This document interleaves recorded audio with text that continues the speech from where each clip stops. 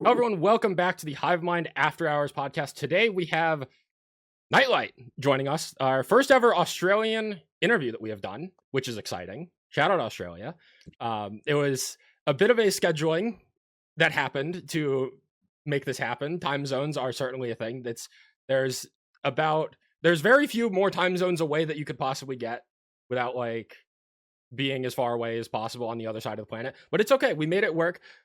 Jacob is not here. He is away on his honeymoon, so congrats to him. We are happy for him. But we just have myself, Derek, and Justin here representing the Hivemind, and obviously Nightlight. You guys are all here as well, so thank you for joining us. Thank you for making time and being here. We're excited to ask you some questions about your music, the Australian music scene, other stuff as well. But before we get into this, you can follow on social media, Hivemind Radio _ on Instagram and Twitter, Hivemind Radio on YouTube, Hivemind Recap Podcast on Spotify. And any socials you guys want to chill before we get into this? Yeah, absolutely. Hi guys, we are Nightlight, and you can find us most places at Nightlight AU. So AU for Australia, because we are Australian, as you guys have said. Yeah. Much simpler than the spiel I have to go on because we have a different tag on every social media ever. We really got to get that fixed. Sure to consolidate everything for simplicity. So yeah, it's very helpful. Can recommend. We love consistency. Yeah.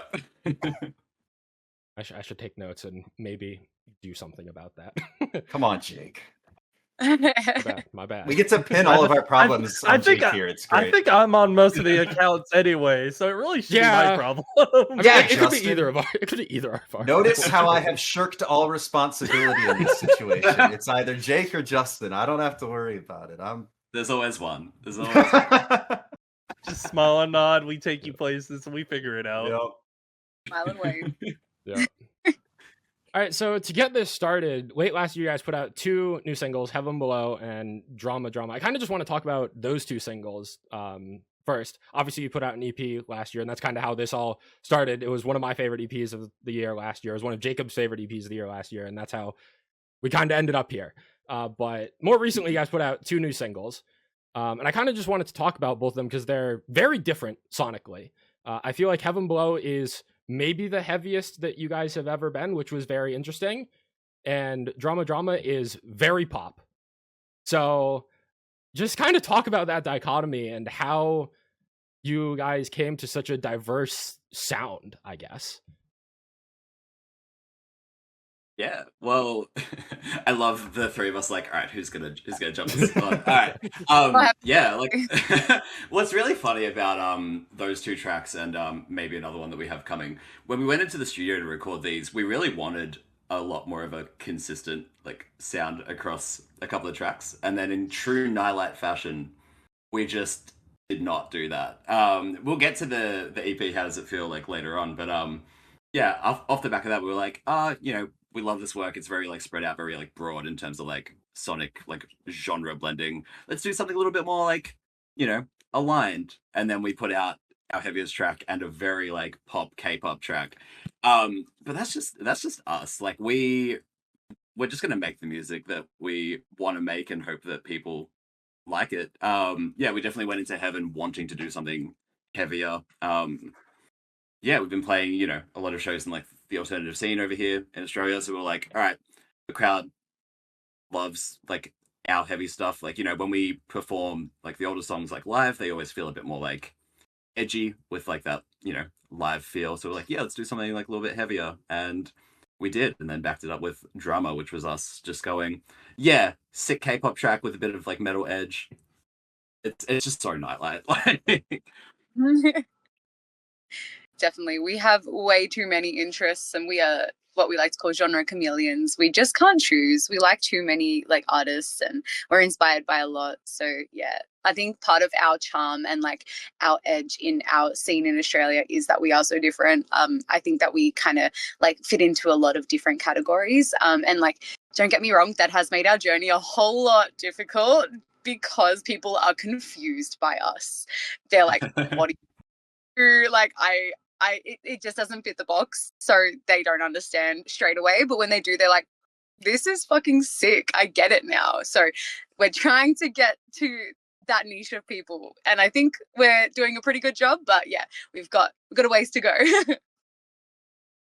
Yeah, I think our music, it's literally before we started filming, Jordan was like, we love consistency about something else. And then the one thing that we're not super great at is consistency in our sound. But I think every song we have has elements. You're cutting in and out a bit, but it's like, Genre. like we aren't missing anything that you're saying, but it's just like coming in and out, which is really funny. Yeah, I think there's Right. a disconnect. Yeah, Heg, you're a little bit spotty. I Fix it in think the post. connection's Fix it in just- post. It's so bad. It's going back in time. We'll get it to try again. And It's always something. yeah.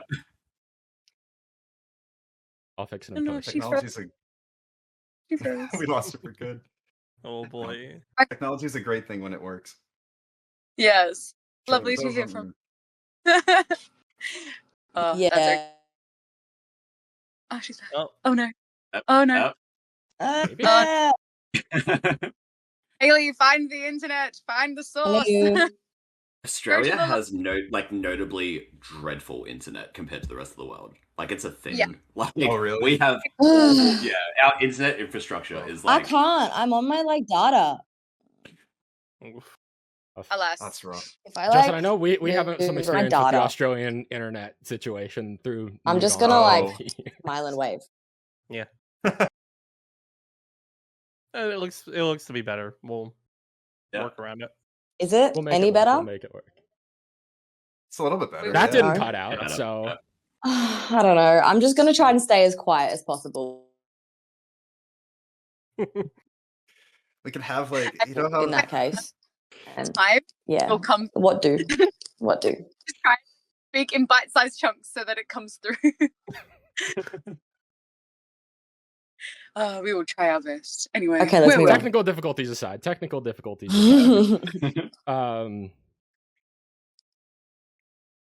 yeah, I think it's just But yes. really interesting. Like the point I was gonna make before all that technical difficulties, I've never heard genre chameleon as like a way to like define like bands that like kind of take influences from multiple genres. But I actually really like that terminology. I like that It's fun. definition a lot. It's Yeah. fun. Yeah, it's either like genre chameleon or like genre bending or like genre non-conforming. There's just so many words. But to genre talk about. chameleon is fun. The others are like Yeah. nerdy and technical. It's cool. Yeah, Definitely. what Don't- are we if not fun? Like yeah. Yeah, I'd like to say we're fun. Our live shows are very fun. I wish you guys could see us live one day. Maybe we'll come to America one day. Fingers crossed. I would love Or to maybe come to you'll come- Australia one day. Maybe not in this economy, but Someday. someday. Your whole life. Yeah. God damn. I'm already blowing my finances budget by going to Iceland for the eclipse this August, so my bank account is dying. Oh my gosh. Worth it though. Yes, worth it. Iceland has been on my bucket list for like 7 years, so I'm finally making it happen. Amazing. But yeah, anyway, back to the music. I'd like to figure out like your exact pop influences, because a lot of the bands that we interview are kind of more strictly just like the post-hardcore, metalcore, rock, that kind of sphere. So it's not often that we get to talk about a different kind of culture of music. So I'm not the biggest pop head myself, but I would like to hear from you guys.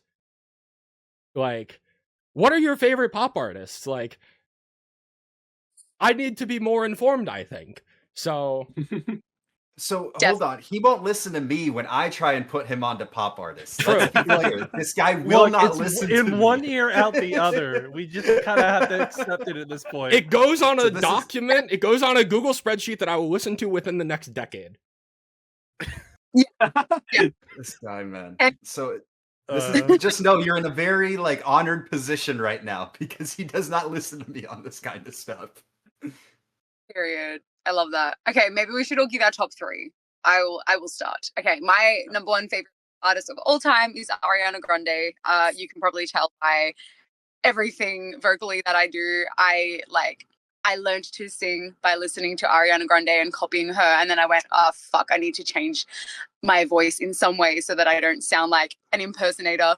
And I've tried to do that. But yes, she's my favorite everything. Love her so much.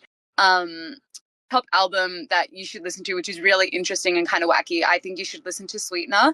It is a bit of a more experimental pop album for her, being such a big like global pop star, but it's cool. It's like produced by Pharrell Williams. It's really sick. Would recommend. I also love listening to K-pop. So like my top 2 K-pop bands are probably aespa and maybe Blackpink. And yeah, I love like getting inspiration from them for like melodies and like how ADHD the songs are. And I think you can definitely hear that influence in that music. It's like every section is different. Every section is like dangling keys, like listen to us, don't go song. And I think that's what we try and do in our music. So yeah, that's me. Yeah, I mean, obviously, yeah, Ari and like aespa, fantastic. I'm gonna throw out Kesha. Like, go back and listen to some like, 2010s Kesha. I do know Like, me some Kesha hits. I do know the big radio hits from Kesha, and they're good. Yeah, So I think it's like at the time it's like, oh, this is kind of lame, but like now listening back to it, I'm like, no, this goes so hard. Like, it's just fun. Energy, love the production of like that era of like electronic pop music. Yeah, go back and listen to some Kesha. Can I talk? I'm scared. Yep. Is it gonna work? you're a little delayed. It's working so far. Delayed, but we're hearing you. Yeah. Try your best. Just cut me off if it's not working, okay? All right. I'm gonna be I'll let you really know. short. Okay. 1. Ashniko. Love her. Like waiting for the I know of Ash Nico because of Yeah. Arcane, so I can Reaction I've only listened to a to see if couple you Ash heard Nico that at all. songs, but I can somewhat get behind that one. Love her. She is a slutty legend. Love that girl. Bloody Okay. legend. 2 would be like electronic pop. So Porter Robinson, for example, love like anything into heavy. And I also love K. Blackpink. I'd have to put that. Porter Robinson is number 3 for sure. Good choice. Translator, I think, because it was kind of in and out. I think, yeah, Ashnigo, Porter Robinson, Blackpink is what I got from that. Yeah. Give us a thumbs up. And like, I agree. Taste. So from what I'm gathering here is that like I've only like dipped my toes into pop music, but like I'm vaguely familiar with like a decent number of the artists that you mentioned there. So I feel like I'm like on the right track at least. So that's cool. Derek, you can vouch for a lot more because I know you listen to a lot more pop. So Yeah, I watched Derek just like so excited as we were all listing our like pop artists. Like, yeah, Derek's on our side here. Yeah. Oh yeah, Eric definitely absolutely. has the most diverse listening out of all of us. Eric is our pop music ally. Love. I'm here for it. I love it.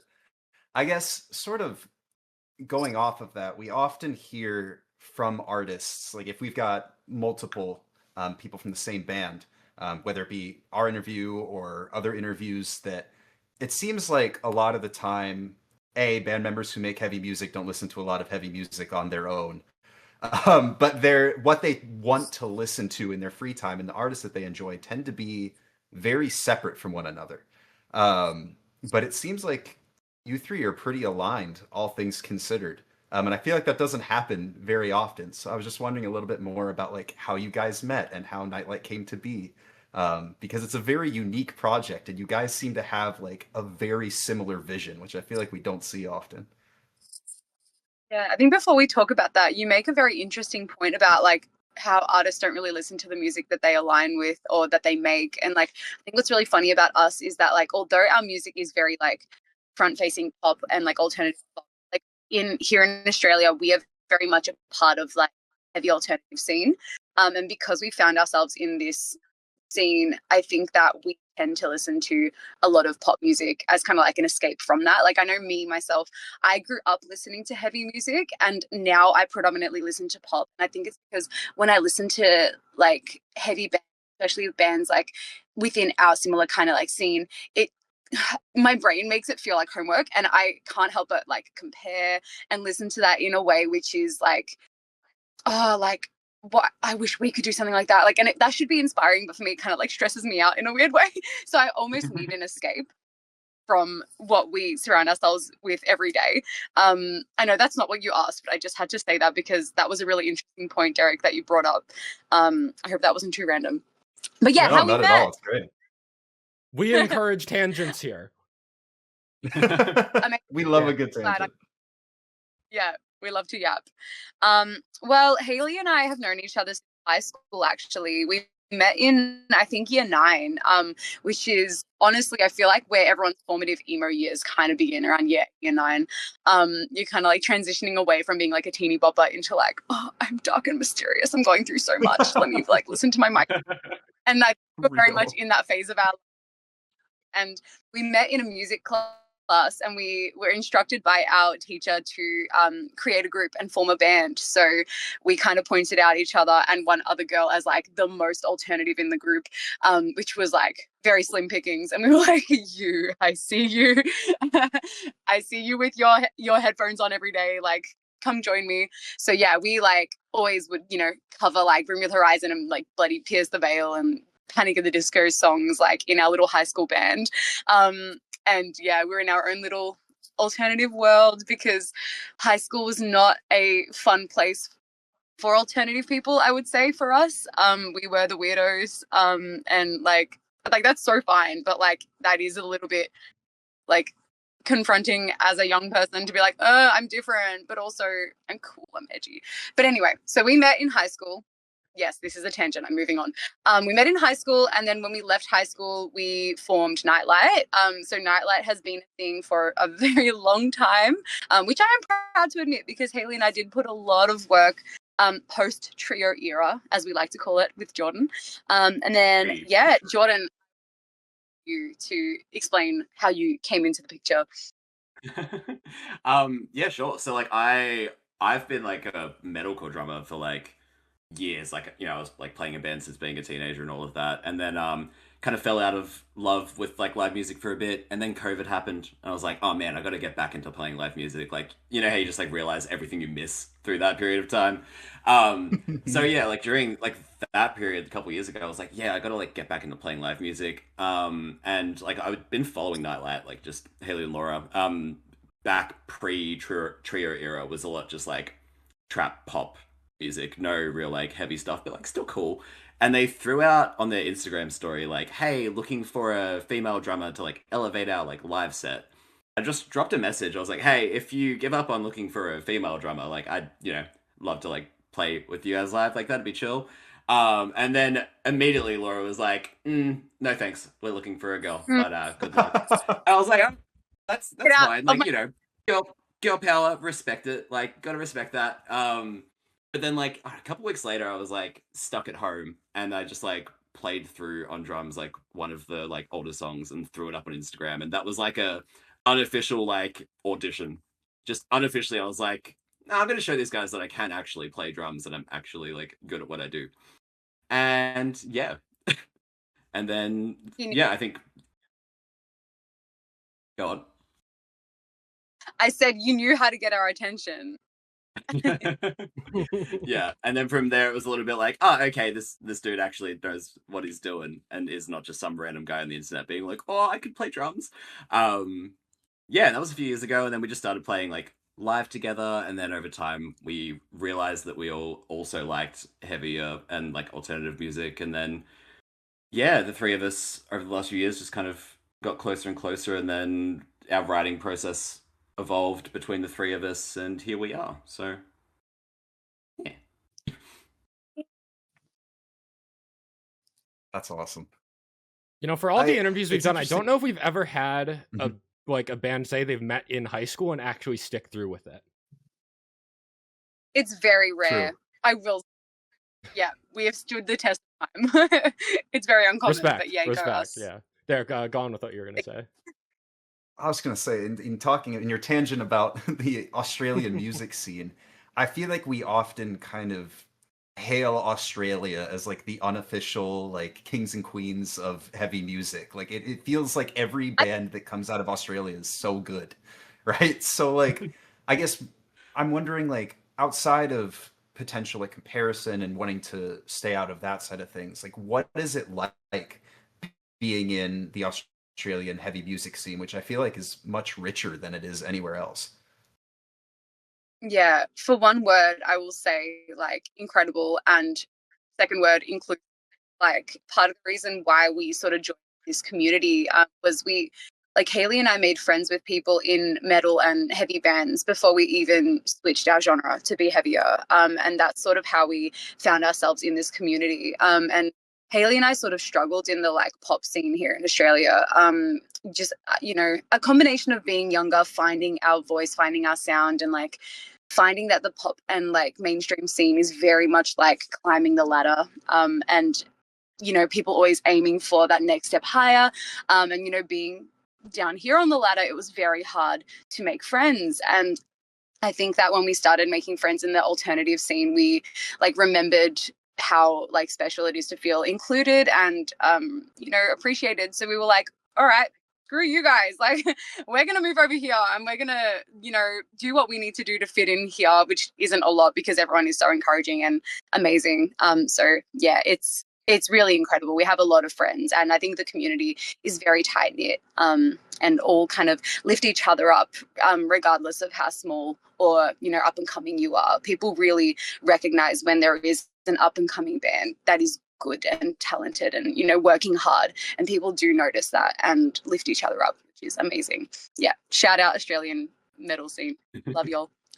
Yeah, I also want to throw on the back of that. Australia's a huge country, but unfortunately, we only have like 3 major cities. Like you've got like Melbourne, Sydney, and Brisbane up the east coast, and Adelaide and that's kind of like we've got Adelaide and Perth, and like we love Adelaide and we love Perth, but like they're hard to get to and they're smaller. So really, Australia just has like Australia just has like the 3 major cities on the east coast, which means that like it's a lot more. The scene's a lot more condensed because you've got all these like great bands, but they're all like in one of these 3 places pretty much. Sorry, Adelaide and Perth bands, but like majority are in these 3 cities, which then lends to the scene being a lot like closer and like more inclusive because we're all literally in the same space rather than like, with the US or like Europe where the same number of bands is like spread out over like so many different like towns and locations. And yeah, I think because of that, yeah, like the scene is just a lot more like supportive and inclusive because we're all literally like in the same 3 places. And I think that's really cool. A nice little like side effect of only having 3 big cities. It's awesome. Yeah, so many. It baffles me every time that we hear another like fantastic new band. It's like, oh yeah, it's Australia, but I guess if the scene there is very inclusive and everybody's supporting each other, it's no wonder. So, I mean, I feel like even over here, the culture in major like hub scene cities feels really toxic sometimes. Sometimes it's great, sometimes it's really supportive, and other times it's not so much. So it's great to hear that it's just so consistent over there. It's so cool, but so unfair. Yeah, right. Yeah. Over here in the US, like, man, why can't we just go listen to live shows in Australia? Like we do have a lot of really talented bands over here in America. Like I don't want to completely downplay the US bands, but like it is different. I mean, I can look at my last. He said, I will. I can look at my last top 10 albums of the last couple of years since we've done the podcast. The majority have been Australia, and that's not a coincidence. I think it's like pretty consistent that like our top 10 albums or top 10 EPs, there's like at least like 2 or 3 Aussie bands on all of our lists every year. Like pretty consistently. We've got some good talent. We have some good talent here. Yeah. So I guess on that note, that's a good way to transition. That How Does It Feel is one of my favorite EPs of last year. I talked about it in our end of year awards series. I want to talk about that EP a little bit. The thing that I found so fascinating about it was how different all of the songs were, yet how smooth it all like went from like one song to the next. It felt surprisingly cohesive for how sonically diverse it was. So like, I guess my question is how? I don't know how else to put it, but How do though? Yeah. How do? I mean, yeah, that was a really good project. That was the first like project that we had written, the three of us, since I had like officially joined the band. And you know, we were very much still like finding our feet writing as the three of us rather than like what Laura and Hayley had been used to in the past.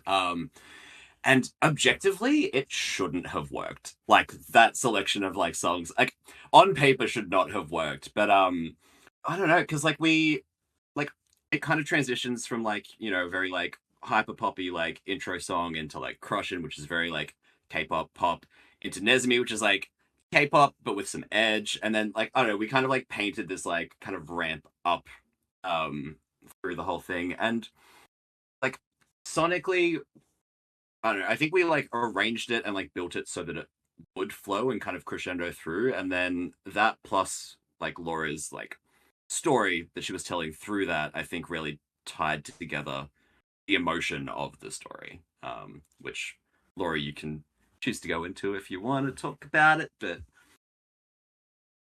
I will say, I think like every band or musician, like first creating music, like always kind of has to find some sort of deeper meaning in like what they're saying in the lyrics and stuff. And a lot of people do choose to continue that story on throughout a lot more of their music. And I think I did that. Like I said, what I had to say, I shared like my personal experience, my story, yada yada. And then I kind of went, nah, it's time to just be sexy and like sing about fun stuff. So yeah, we kind of relinquished responsibility with everything having to be so meaningful, and I think that made songwriting a little bit less stressful for me. I remember being in the studio for How Does It Feel was like a very vulnerable time for me, because I found it difficult to collaborate in songwriting on like a story that was so personal to me, and like I was happy to open up about it, but I wasn't really like receptive to like having other people's input in my story, if that made sense. I was kind of like, I want to make sure that it's crafted in this perfect way, and like I want it to be conveyed in the way that like is meaningful to me, and you know, like little lyric changes and stuff. Like I was like, oh, it needs to be perfect. But yeah, now it's much more open. But yes, How Does It Feel is still like a beautiful piece of work, I think. And I think it's very important to put together a collection of songs that you can listen to from start to finish. I'm a big album listener. The main way that I listen to music is through like the whole project. I rarely can put a whole artist on shuffle. I really have to go, all right, I'm in the car, which album am I listening to today? That's very much the way that I listen to music. So for me, it was important to at least have some kind of body of work that someone can enjoy in that way, because that's how I like to listen to music. Yeah, that's me. Yeah, we are like, definitely also individual advocates of like the album listening experience. Like you listen front to back. Admittedly, I am starting to break that rule this year, because I've tried, like I listen to so much music that sometimes it becomes overwhelming. But if it's like a band that like I'm really am passionate about, like I'm listening to it front to back, even if it's like 8 out of 10 songs or singles. I want to re-listen to all of them in the context. Yeah, it's okay if you don't. Like, you're allowed to just be a casual music listener or listen in other ways. But, like, I think there's something really awesome about it. Like, I remember albums that I used to listen to, which, you know, had interlude tracks and intros and outros. And, like, it allows you to be so creative outside of just the main singles or, like, the main tracks. So, yeah, it's a vehicle for creativity, I think. A part of some of the fatigue that we've experienced is because it feels like nowadays the trend is to release, you know, if you've got a 10-track album, 8 or 9 of the tracks are singles, and then the last track just ends up being, you know, completing the album. I think we saw it with Memphis Mayfire a couple years ago. Twice. Yeah. And continue to see it becoming a trend. And whether it be through Spotify playlisting or TikTok algorithms, you know, that I feel like, especially over the last couple of years, the music industry has kind of shifted towards that single focused streaming. And I guess I'm curious as to what your thoughts are on that, and your experiences and how you feel about it. Because at least I shouldn't speak for them. For me, it's like I look forward to hearing those unreleased tracks on an album. I want that album experience. And so when you have those singles constantly being pumped out, or for radio play or TikTok algorithms or what have you, it feels a little ingenuine sometimes, especially with some of the bands that are doing it. I won't name names, but I kind of want to add on to that quick and like split it up into like as a music fan versus being like a band, because I feel like those are two very different things. It is very different. I'm gonna quickly jump in on this one because after this I'm gonna have to dip in a couple minutes. But yes, that's a really good point. So as a music listener and as a artist is two very different ways to think about this. And I think like firstly from an artist perspective is like, yes, it can seem ingenuine from the fan perspective and from the listener or the viewer. But at the end of the day, if you're a smaller artist with, independent, backing, who's trying to make this their, full-time living, and we want to all do this, you have to play the game and not play the game, but you have to follow the rules before you break them, is what we always say in Team Nightlight. It's kind of like, may need to sacrifice some of the, exact ways that you want to do things and the way you want to release and that, creativeness to it in order to get the most eyes on the project. And there is always a balancing act between the two. Which is a hard thing because as an audience or as a listener, and when I'm scrolling and I see that kind of thing happen, and an artist will come out with an EP, all the songs were singles, I'm like, well, what's the point of releasing an EP? Like, that doesn't make sense. It's confusing. But then at the same time, we are going to be doing this for this next project that we release, so we had to switch our process up a little bit to get the most eyes on the project, because it's so important and we want people listening to our music and we want that fan base and that connection. So it's a catch-22, isn't it? Yep.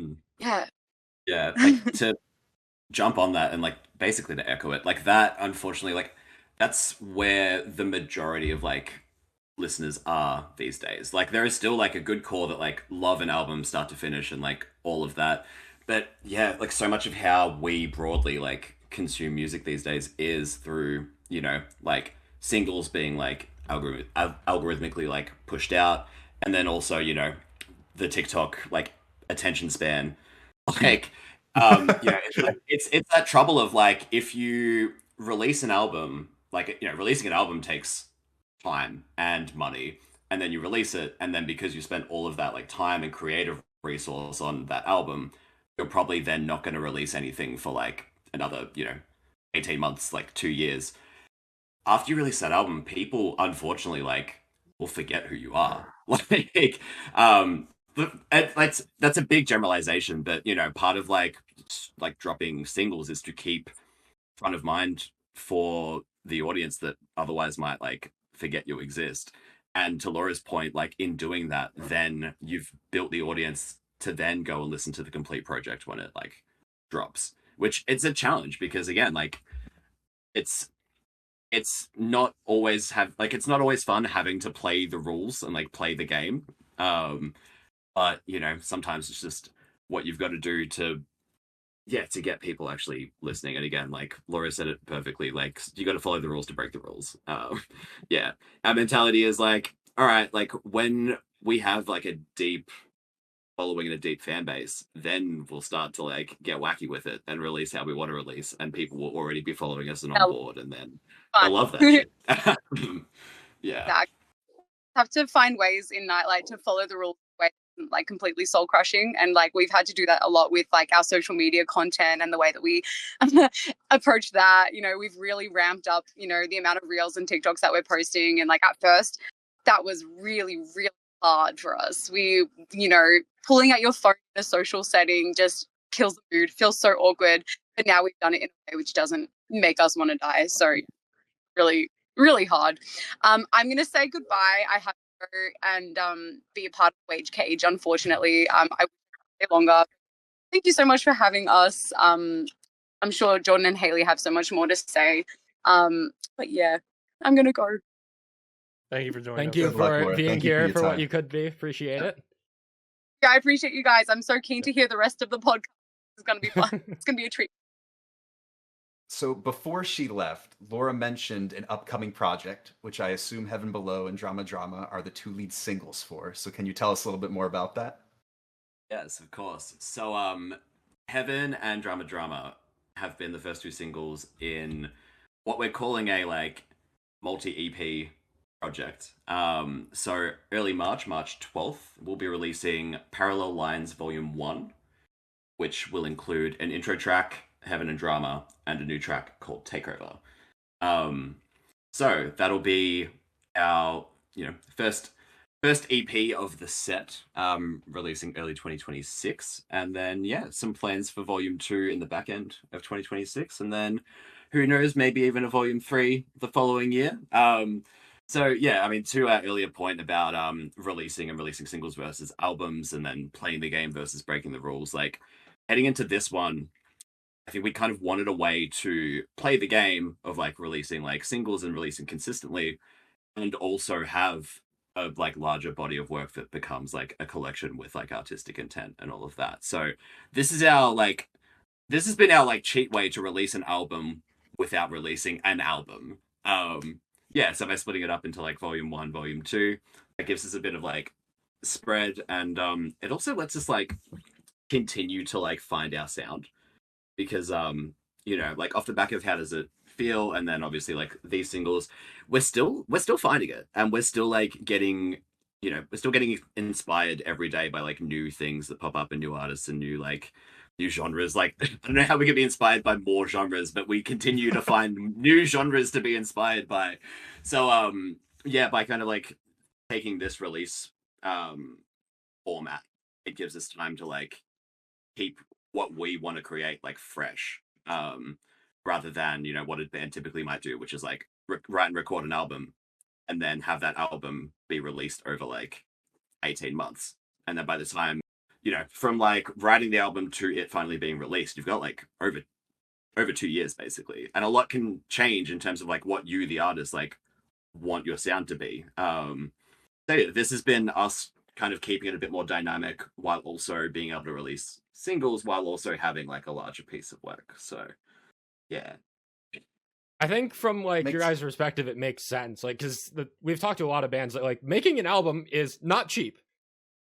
Like there's a lot of money that goes into making music. So I think, especially for a band of your scale, it's still like smaller and growing. Like it makes more sense to not throw all your eggs into one basket right out the gate, so to say.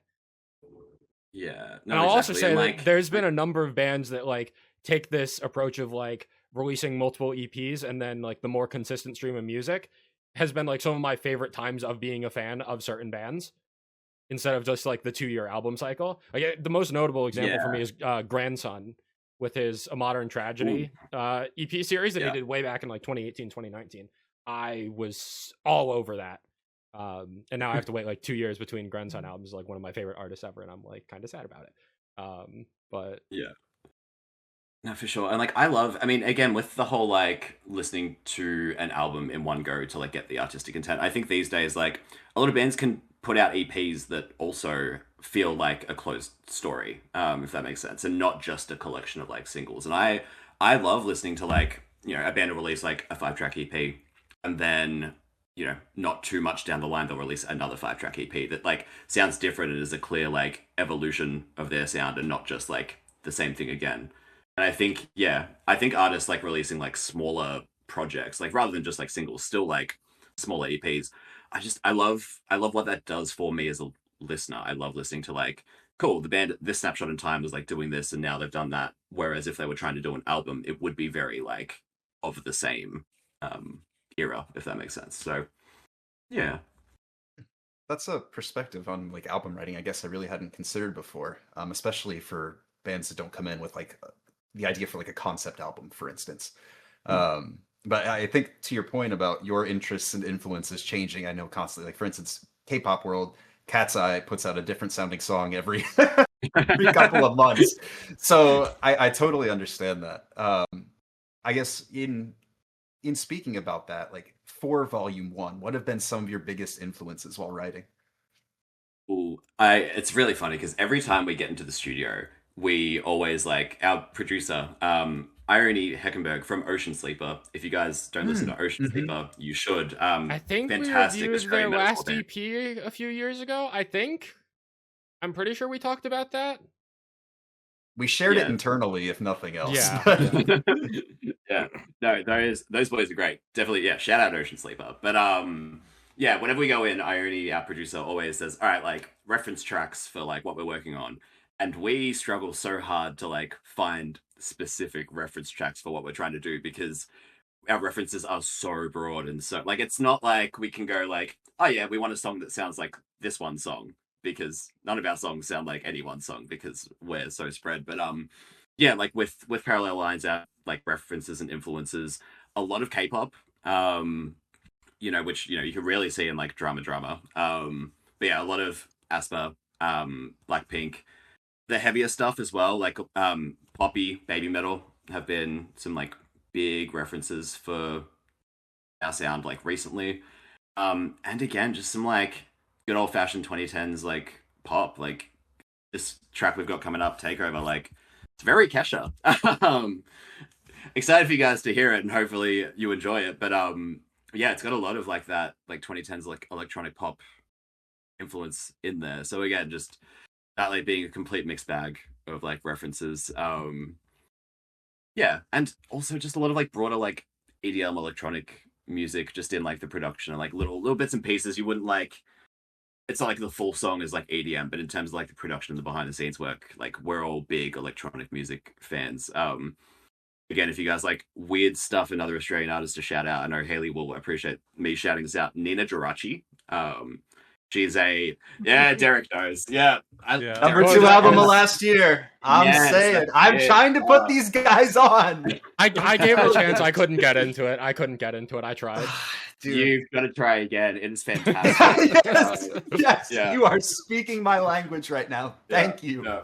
Really shouting it up. I know, Hayley, I know you want to just like jump in, but your internet sucks right now. But like, yeah, Hayley's like number 1 of last year. Like, absolutely go and listen to Nina Geraci. But yeah, again, we're such a mixed bag of like influences and references, which sometimes blends well and sometimes becomes challenging because it's like, oh no, this song is like leaning too far this way and we want it to be more like this way, and then finding that balance. And yeah, I think that's a good segue into let's just talk about the Australian music scene. Like, what are some other bands in the Australian scene that you guys just like really enjoy listening to, that like you've played with before, that you have been fans of for? Let's talk about all the other amazing Australian bands because there's a lot of them. While I'm chatting, Hayley, I know your internet sucks, so if you want to like message me some shout outs, you literally just did. Cool. All right, so again, I'm going to reiterate, Ocean Sleeper, fantastic metalcore band. Like they know exactly what they're trying to do and they do it well.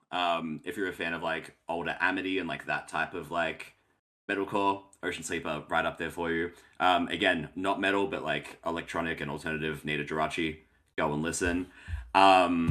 Hayley has shouted out, you guys know Future Static. We love Future Static. That's how I found you guys, that feature. I don't think I would have stumbled upon you guys without that feature. So aside from being like great musicians and having great music, they are just such lovely people. Like genuinely friends. We love them so much, and they're so, again, just calling back to the supportive nature of the scene. Like those guys have been so supportive and lift us up so much. We love them very much. Red Hook.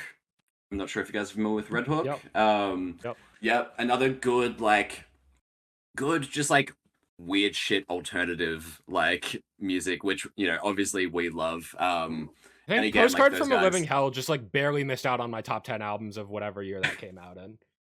Yeah, great album. And again, like it was those guys just so lovely. Like, yeah. I'm pretty sure they're coming to the States on Varna's tour at some point this year. So go and like catch them live if you have the chance. I need to check if that's coming close to me, because I remember that tour getting announced, and I remember being like, I think I want to try going to this, but I don't know if there's anything like within 3 hours of me. Fair. Well, if you have the chance, like definitely go and catch them live, because yeah, they bring such a strong like live energy as well. Their live show is like a lot of fun. Aside from being like great musicians. Yeah, Vana as well, like alternative emo goth mommy from New Zealand, not Australian, but like close enough. Yeah. We're neighbors. I saw Vanna open for Honey Revenge last year. Which was really cool. Yeah. I haven't seen her live. How was she live? She was a little sick on the day that she was playing when I saw her. So, and you could kind of tell, which was unfortunate. But I enjoyed it. So nice. I don't feel like I feel like I need to see Vanna again to really give a fair shake on her live honestly. set. But... Well, yeah, Vanna, Red Hook, they're in your neck of the woods at some point, so check that out. I do want to shout out a smaller Melbourne band, Bench Cup. You might not have heard of them. They're not very big. They're like starting to like climb up in like our local scene. They just put out the most fun music, like real like trap metal. I can't even begin to describe like their vibe, but just if you're looking for a good time, Bench Cup. Yeah, definitely check those boys out. I just watched in real time. Derek, add them to the list. You didn't see anything. I think they just blocked that like immediately. 100%. They put out an EP, I think a couple of years back, so they've just got a couple of tracks up on Spotify, but I think they're gearing up for some new music to be released later this year. And yeah, just very fun music. So yeah, definitely chuck them on the list. Give them a sus. We're always down for more. The more weird and the more fun, the better. It's fantastic. And even like your comment about like having those EDM influences, I've been saying for years. More electronics, more good. I'm saying more better. That's how it works. It's time and time again. I feel like even before I was into like, I guess the more like heavy scene side of things, I was huge into EDM in all shapes and sizes. And the contrast between like the build and then the drop or the chorus, and then like you get the heavier, like more dubstep breakdowns, and the contrast of like breakdowns and heavy music, like it's hand in hand. It makes so much sense, and artists were afraid to do it for so long. There's so much parallel between like, yeah, exactly that, like the energy feel of like these genres. And I think like, you know, these days like more and more artists are blending the two. Check out Phase One. He's like a dubstep. Yeah, cool. Yeah, Derek, I love that you just always know. Dude, yeah, I'm so in there. You're speaking my language right now. yeah, metal dubstep producer from, I'm pretty sure he's from Australia. Yeah, he's fantastic. But yeah, more and more bands these days are like finding how to like blend the two. And I think like we, you know, metalcore bands will like be a metalcore band and add some like electronic like spice. We kind of, for the most part, do the opposite, where like we are at our core like a pop band, but then we add in like that metal spice. Heaven Below was a lot like heavier, but yeah, I think there's definitely a good amount of overlap. And again, like more electronics the better. Like we are a trio with a vocalist, a drummer, and a guitarist. Like we are a synthetic band, we are a digital band. So yeah, I'm glad that people are looking for more electronics in their heavy music, because that's what we do. I think we spent quite a bit of time talking about music stuff. I think now's a great time to segue into like, what do you guys enjoy doing outside of music? Like outside of your time working on Nightlight? What else? What else is going on? I love how Hayley's like, I don't know how to answer that one. What do I do outside? Yeah, I mean, like, I have a little dog. His name is Spencer. He is 8 years old, and he is just a mess of a dog. He is just nothing but energy. So, yeah, he's a little like corgi cross Sheltie. So if you can imagine, just like sheepdog, but in like corgi proportions. Yeah. So he takes up a lot of my time, which, you know, then leads me to a lot of like walking. The Australian outdoors is quite lovely. So yeah, a lot of walking with the dog. My housemate has got me into Magic the Gathering as of late. Don't know if you guys play Magic, but I'm like really getting Justin's into it. pulling out and his it's, deck. like- Justin's pulling out his deck. Yeah. What are we running? I'm like such a novice, but There's- like I'm looking at 12 on my mantle. I've sunk too deep into it. it's like I'm still new into it, but I can tell that I'm about to like fall so deep down into that hole. Like, yeah. Oh, I've been doing it for a couple of months now with a friend of mine ever since the Final Fantasy set came out. Yeah, my housemate is like real big into the Final Fantasy set. So yeah, I hear about it through proxy. Yeah, no, super keen. Like, yeah, had a few friends over yesterday, and like everyone else is like a big Magic player, so they all brought like duffel bags full of like bulk and like all their different decks. And like one of my friends was, because like I'm new into it, I don't have like cards yet. I've just been like playing with like their decks. So like one of my friends brought like literally 12 decks, and he was like, cool, like we're gonna find a deck that like works for you and works with your play style. I'm like, this is sick. Yeah, been playing elves, green black elves. Nice. Yeah. Collectively we're just a couple of nerds. Yeah, Magic. I also yeah. am big into Pokemon. Haley has Yes. rats. Haley likes rats. She loves her critters. All right, Heg, let's hope your Hell internet yeah. is working so you can talk about yourself. It's Go. not. It's so Do bad. it. Can you hear No, me? you're fine. Yeah, Wait, You're we fine can hear right you. now. Hold So on. bad. This is revolutionary. Okay. Okay. I don't know. I love rats. I'm obsessed with them. I live and breathe for rats. They are misunderstood creatures. I like any random synth toy, like the cat piano, the Meowsic. Don't know if you've seen it, but like I Yes. love to play with kids like piano toys because they are so iconic. My friend modded mine so I can like plug it in to like put it. It's great. I don't know. We live and breathe and eat nightlight. Like we don't. That's all we do. So we're nerds, but we're just music nerds, Fair pretty enough. much. A group of nerds, I think, describes our little Yeah. group over here too very Yeah. well. We're also very big into Pokemon. Yeah. I'm a huge Yes. card collector, which has sucked recently. Yeah, no, like Laura is like big on like collecting. Like I love Pokemon for the gameplay. Laura, I mean, also likes the gameplay, but she's like big into like cards. She just likes collecting things.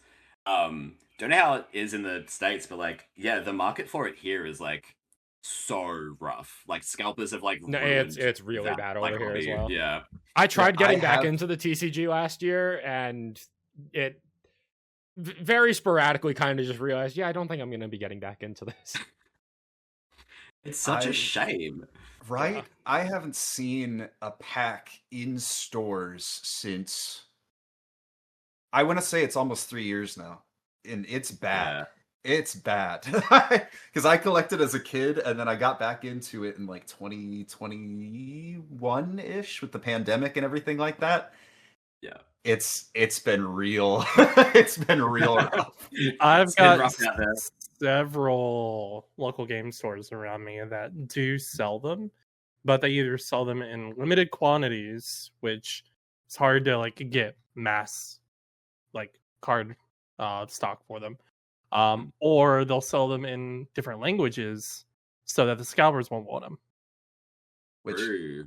I'm fine with. My local game store Mm. sells them for like 2 times the market price. So That's kind of the I'm like, situation I'm in as well. I really don't want to be paying $10 for a pack of Yep. Pokemon cards. I can't lie. I have like pictures in my camera roll for like 2022 where I would just go in and buy like 2 packs from Target. They're like a local. Do you guys have Target? Now that I say that, we have Target, but I think it's like different for Yeah, us. Like we I love think your Target. Target is like our Kmart is like I think the same. okay, Better? yeah, Yeah. Yeah. it's better. I wouldn't doubt at this point. I'd go in and I would like Yeah. take pictures of what I was getting and like send them to my partner at the time. And it would be like 2 packs of Pokemon cards, and I'd get like a heated blanket or something like that. But the card packs that I was getting for $5 readily available on the shelf are now like $45 a pack. And I'm like, this Yeah. can't be sustainable. Like, I need this to stop now. What happened to the hobby I Yeah. love? My dad and I used to run my it's so town's cool. local Pokemon like child. I'm sure like, she'd like want to mention league. this. And that it's sad looking back on what Hell used yeah. to be. Sorry, I was gonna say, because she's not here, Yeah, go ahead. I don't know how shit my You're just laggy, but say it internet quickly. is, but I was gonna mention that yeah, Laura literally just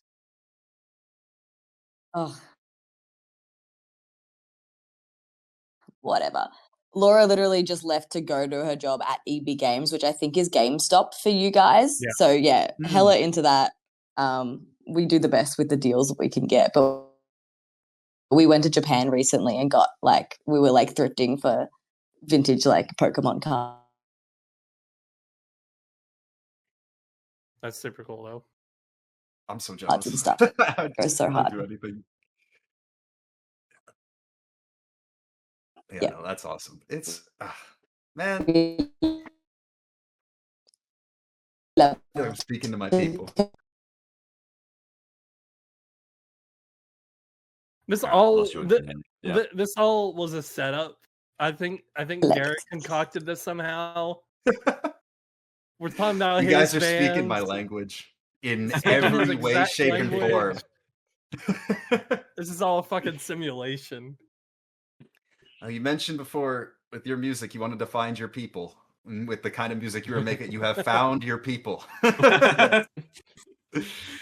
That's honestly, heck yeah. Like that's it. I mean, yeah, I'll speak for all three of us. Like we make music that like reflects us and what we want to make, and you know, we try to play the game, but also with our music, we're always just gonna make music that feels good to us, and we know that like those people will find it. The people that like want that are out there, they'll find it, and it's nice that we have.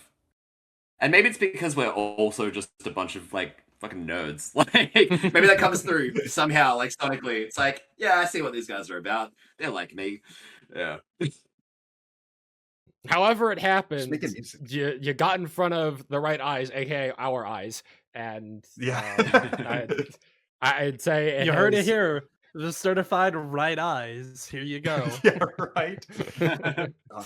I think more than anything, it just you make music that is interesting to listen to and fun to listen to, and I feel like there are so many of the bigger scene bands, not necessarily like not even in Australia, but like here in the States.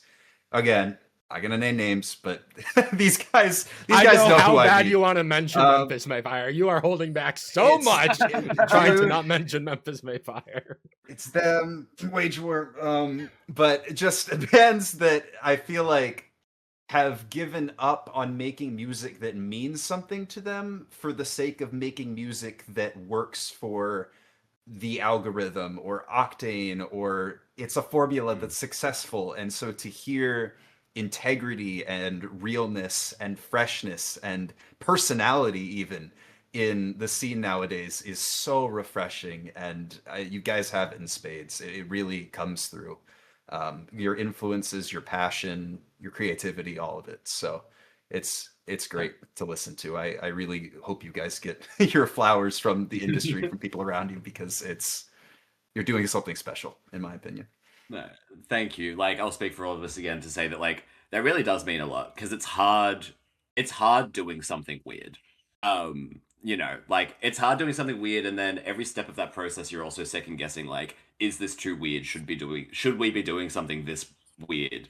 Because we know that like, you know, it would be easier to just do something a little bit like simpler and more like palatable. But you know, it's nice being reaffirmed that yeah, no, people want something different and just keep doing something different. Like we love doing something different. So it really is like reassuring when we hear people be like, hey, I really like that different thing you're doing. It's like, cool, all right, we should keep doing this. Like, yeah.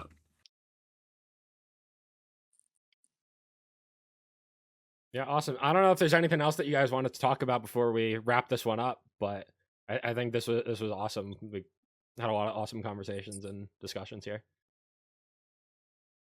Yeah, no, again, like, thank you guys so much for, like, having us on and scheduling around all the time zones. I know, I know that would have been annoying. Yeah, again, like, thank you guys for the shout out and the review on your, like, end of year, like, recap. Again, it was, it was really nice, like, hearing, not just, like, oh, there's this really cool band from Australia, but, like, hearing our music actually, like, talked about in that way. And, like, again, like, I think that point about hearing that EP be talked about in terms of like, oh, I really liked the flow from like start to finish, and it felt like a mini album. Like that was something that really like resonated with the three of us because it was something that we like set out to do, but weren't sure if it like landed. And again, just the concept of like four dudes on the other side of the world are like, you know, have like seen us, like us, and are talking about us. Like that's just so cool, and like we really do appreciate it. Like it's really sick. They're like, yeah, from the other side of the world. It's like, yeah, some dudes that like what we're doing. That's so and it's also cool. so cool from our end that like four random dudes discover bands that we really like on the internet, and you talk about it, and then eventually you just get to talk to the people that make the music that you really like. Like that's also really sick. Yeah. I mean, we're all just people. Like, yeah, we're a cool band from Australia, but like, we're just three nerds that like love yapping about music and things. So like, absolutely, like, yeah. Well, as four nerds who like yapping about music and things, it's greatly appreciated. Yeah. Of course. Yeah. So, and thank you all for your patience in this. I know we had a lot of technical difficulties. Yes. I know Hayley's sitting there wanting to talk. Unfortunately, the internet is holding her back. You've done great. You've done great, Hayley. We appreciate you sticking around, even though you can't speak as much as you'd like. And with that, that's going to be a wrap on this episode of the podcast. Thank you again for joining us. Be sure to follow at Hivemind Radio _ on Instagram and Twitter, Hivemind Radio on YouTube, Hivemind Recap Podcast on Spotify and other podcast platforms, and at Nightlight AU to keep up with Nightlight and all of their new music releases and happenings and whatnot. Yeah, that's going to be a wrap. Oh, all right. Thanks, guys.